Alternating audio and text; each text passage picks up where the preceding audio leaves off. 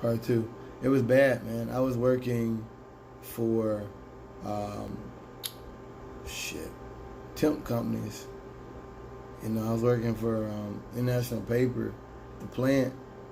I was making nothing. I mean that's why I still kind of know it's not that bad. I think about how I live a little bit above my means too. I need to get better on like even after I start making money, maybe I'll just buy a bunch of oatmeal and pasta and shit and vegetables and just chill out for the next couple weeks. Maybe this is good for me. Cause I'm not gonna be doing nothing but eating oatmeal and soups and stuff for the next week or so. I'm telling you that. But it's really bad. I wish that people saw this side of it when they talk about black people like being gangsters and all that. To see black folks like me who are actually out here working and struggling to make it. But we live in a society like right now I get paid in checks. So I get paid, I only get $200 out. I don't get paid the rest of it until next week. So I've got my rent, but it's gonna come a day after my rent is due. So it's just I'd rather pay a bunch of money and be broke for the next couple of days than have a late fee.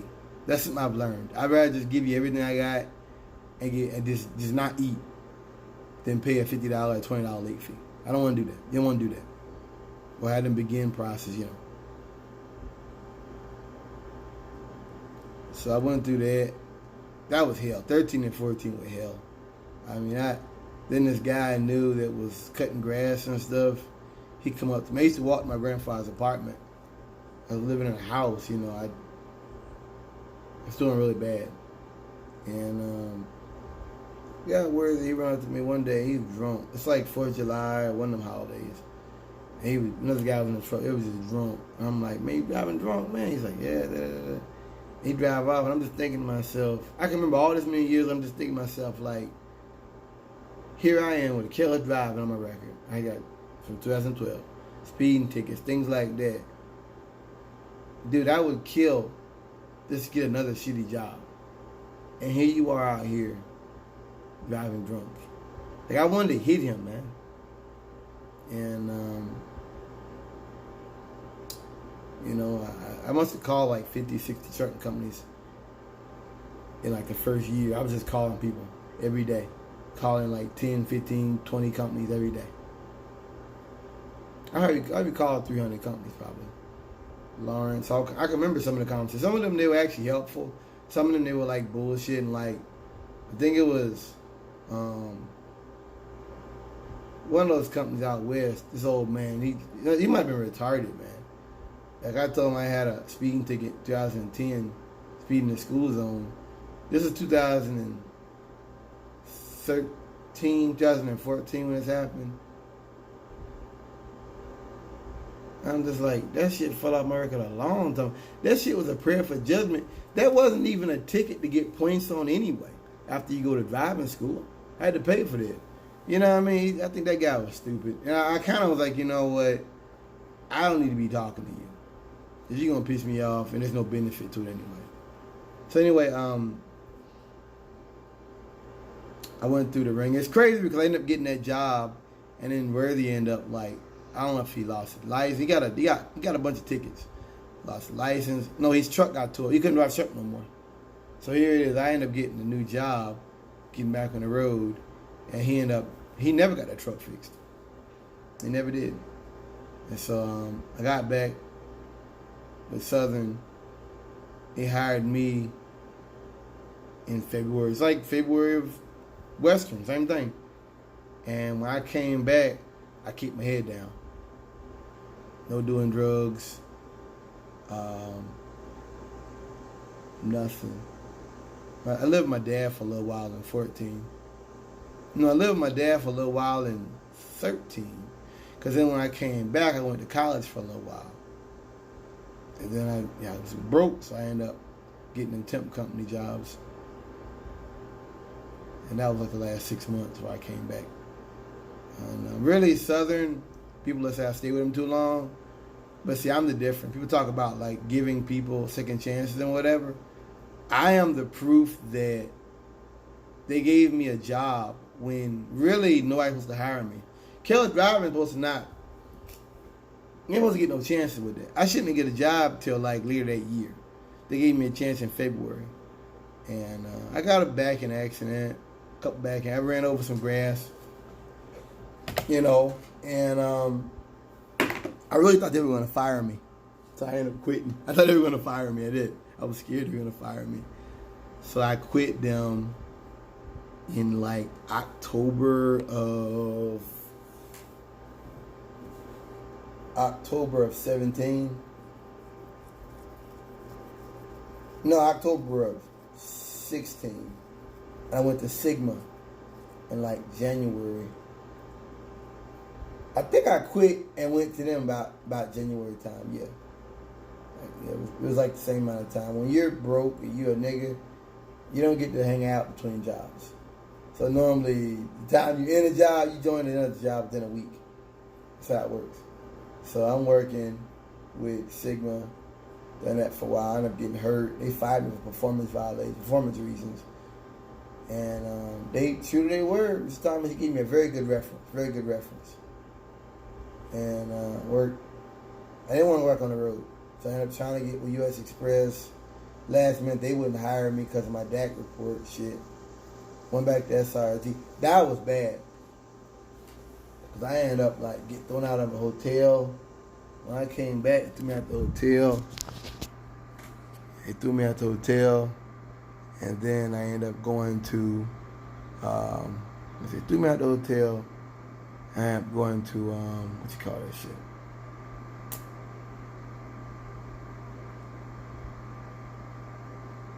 I went and I parked my car and everything at the drop yard. And I just walked all the way down to the bus stop on North Tryon, rode the bus up to the Greyhound, got on the bus. If SRT didn't hire me, man, I'd have been homeless.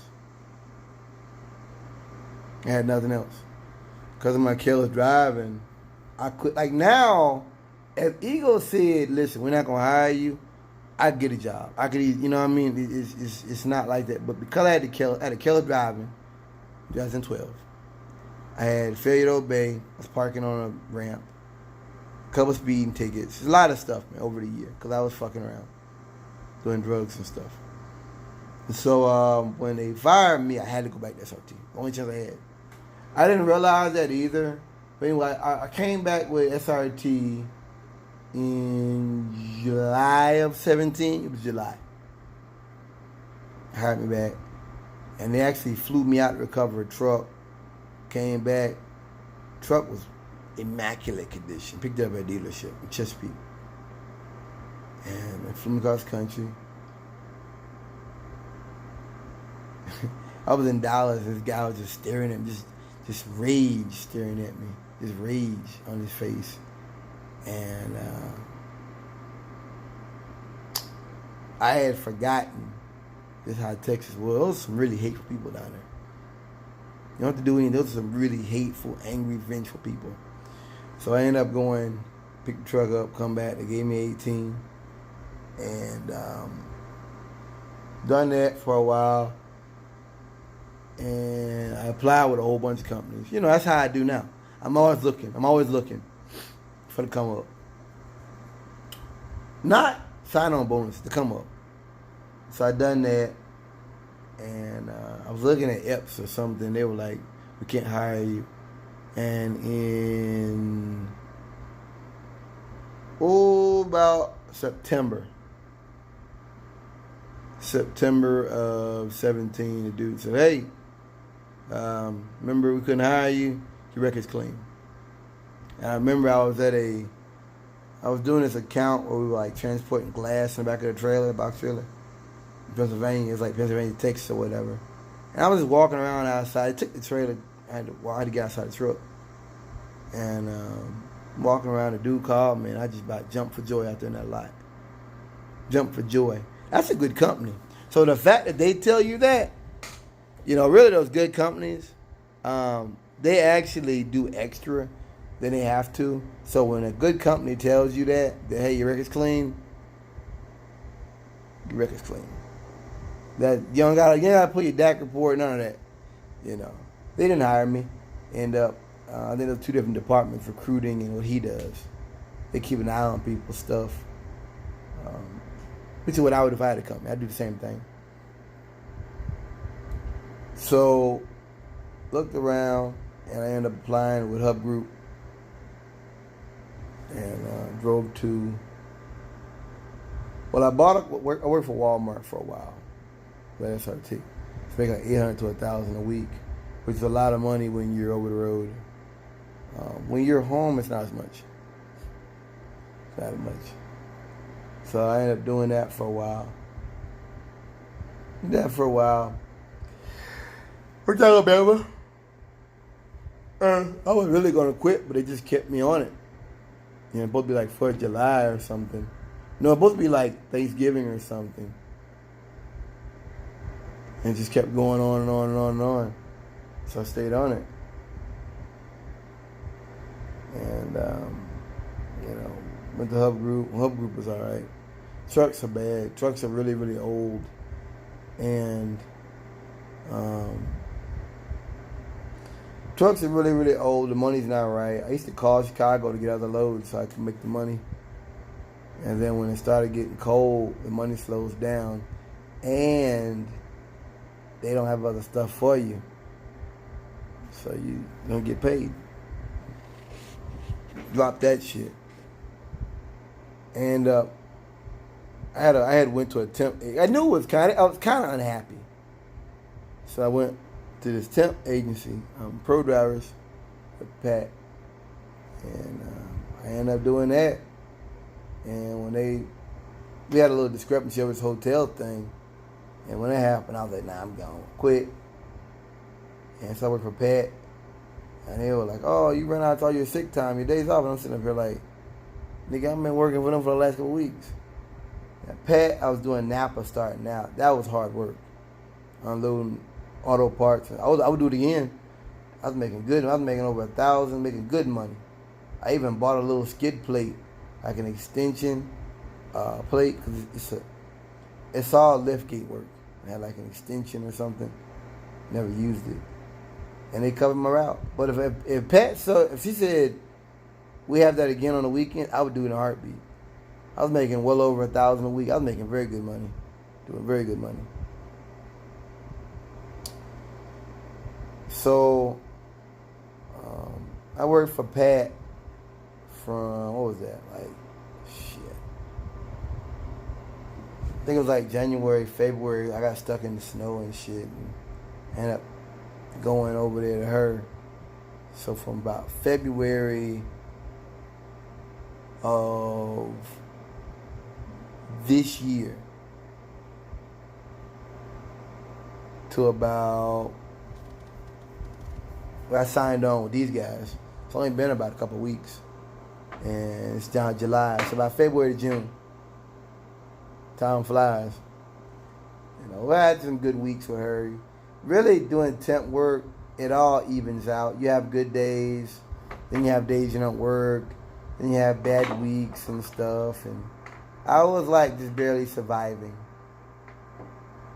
And doing this, you know, I can't do this long term. This temp shit, this training stuff, I can't do it. Coming to the end of it now, but it really hurt me. This drove me to the ends of my means. You know, borrowing money and just barely paying the back. Anyway, Pat was like, you know, what's going on? I was going out for the drug test when that happened. I was like, you know, I'm going for a drug test for the company. And I told her, I was like, I'm still interested in working, you know. So, I don't know, one of those things. Some of these accounts, like LKQ, I guess I made like a personal thing with them because, like, they told Pat if there's anything they have, they want me to do it. And so the problem with Pat is she'll give you these gigs like yard jockey work, $180, but she'll work from 3 all the way to fucking 10 o'clock at night. Come in the next day at 5 o'clock in the morning. And I did something yesterday, which is Friday. If I get anything tonight or not. But if Pat gave me stuff like LKQ or to returning trucks and stuff, and backing trucks into the the yard. I call it like local stuff. I call it really it's like switcher work. And they might give you a load to Atlanta here and there, something like that. Go to Atlanta, come back, you're done. It's just cool. Keys, alright. Keys and ignition, it's pretty cool. But for the most part, it was. What I started doing too is I would call LKQ on my own and tell them like, all right, y'all have any work when y'all want me to do this, and a couple weeks. It's not every week. It is not. It's not going to be something you can be guaranteed of. And what I realized, I'm always be a temp. And this, it's just there's a lot of jobs, a lot of work, a lot of easy work, and I need the bread. So that I'm an Eagle. I'm gonna work nights and weekends. I'm trying to work every holiday I can. I'm gonna go out and to work every holiday I can. Why? Less traffic, less police. Boss thought it was easier. I'm not a family man, and that's kind of a benefit in that I'm able to do things because I walk parallel with society. I don't live in society. I live parallel with it. So I'm able to kind of get things done when everybody's doing a family man thing, doing a family guy thing. I'm knocking family men. That's not me right now. This phase of my life. Maybe that'll change. So, I'm gonna try to work all the holidays I can. Go out of my way, But I'm gonna. It might sound crazy to y'all, but I'm gonna still try to do temp work. You don't log on or anything. You just, especially when she has like local stuff, like you just running somewhere in Charlotte and coming back. I can keep doing that. I'm gonna tell Pat that like if y'all got anything local, like pilot work or anything like that, let me do that. Now this stuff going to Atlanta, going to LaGrange and all that. No. See, pilot pays you a full 8-hour shift no matter what you do. So that's cool. All you're doing is bumping docks. You don't have to some of it is. Some of it is unloading. But that's my life. That's where I'm at right now. Peace.